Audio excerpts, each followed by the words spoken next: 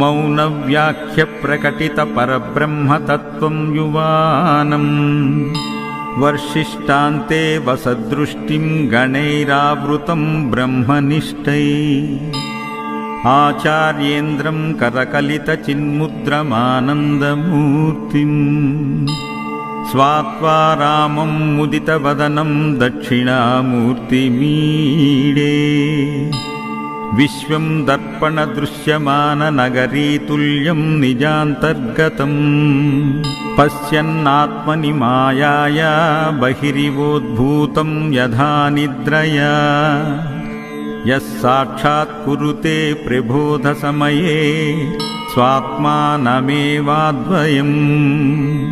तस्मै श्रीगुरुमूर्तये नम इदं श्रीदक्षिणामूर्तये बीजस्यान्तरिवाङ्कुरो जगदिदं प्राज्ञिर्विकल्पं पुनः माया कल्पितदेशकालकलना वैचित्रचित्रीकृतम् मायावीव विजृम्भयत्यपि महायोगी वयश्चेच्छया तस्मै श्रीगुरुमूर्तये नमम्यिदं श्रीदक्षिणामूर्तये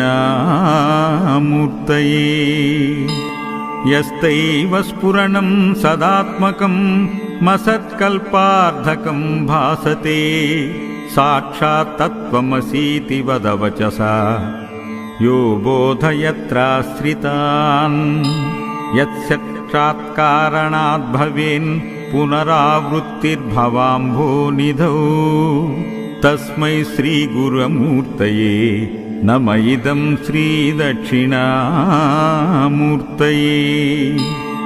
नानाचिद्रघटोदरस्थितमहादीपप्रभाभास्वरम् ज्ञानयस्य तु चुक्षरादिकरणद्वारा बहिः संदते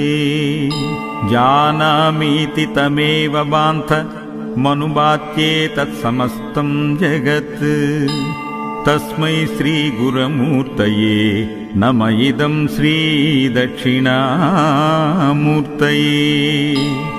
देहं प्राणमपीन्द्रयण्यापि चलां बुद्धिं च शून्यं विदु त्रिबालाण्डजडोपमास्त्यः मितिभ्रान्ता भृशं वादिना